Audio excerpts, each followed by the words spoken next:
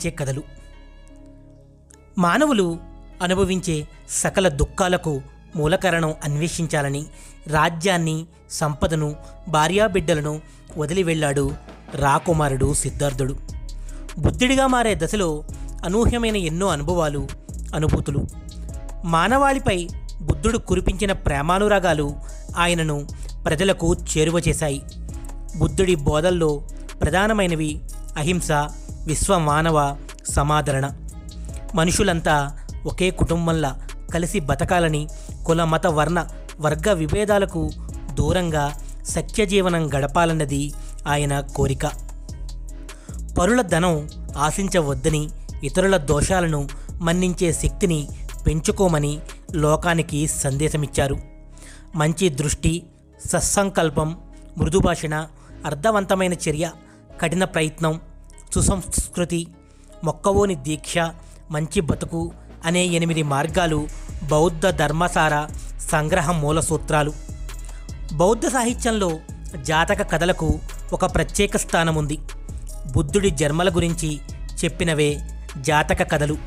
అజంతా, ఎల్లోరా, సాంచి, నాగార్జునకొండ వంటి ప్రాంతాల్లో బౌద్ధ స్తూపాలపై ఈ కథలను చిత్రాలుగా మలిచారు.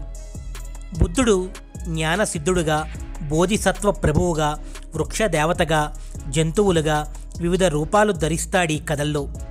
దానం, శీలం, సత్యం, కరుణ వంటి ఉదాత్త గుణాలు ఎన్నో పాత్రల ద్వారా సామాన్యులకు చేరువవుతాయి.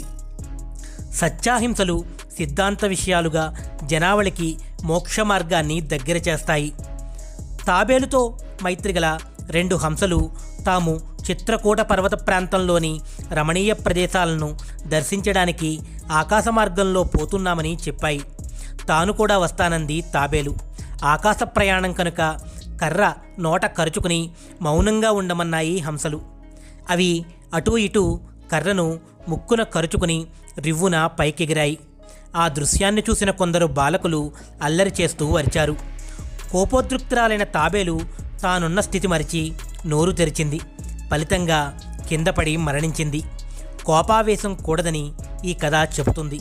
ఇలాంటివెన్నో జాతక కథల్లో పగ వల్ల పగ నశించదని, దానగుణం గొప్పదని, తొందరపాటు నిర్ణయాలు తగవని, క్రోధాన్ని శాంతంతో, అసత్యాన్ని సత్యంతో జయించాలని ఎన్నో కథలు చెబుతాయి.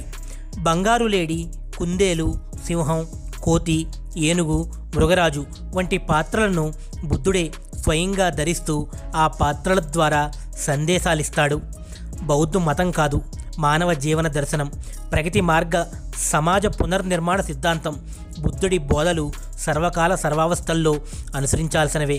నానాటికి కనుమరుగవుతున్న మానవతావాదాన్ని ప్రబోధిస్తూ విశ్వమానవ ప్రేమ, ఇంద్రియ నిగ్రహం, శాంతియుత ప్రవర్తన, చిత్తశుద్ధి, భూతదయ అత్యంత ఆవశ్యకమని ఇవి తెలియచేస్తాయి.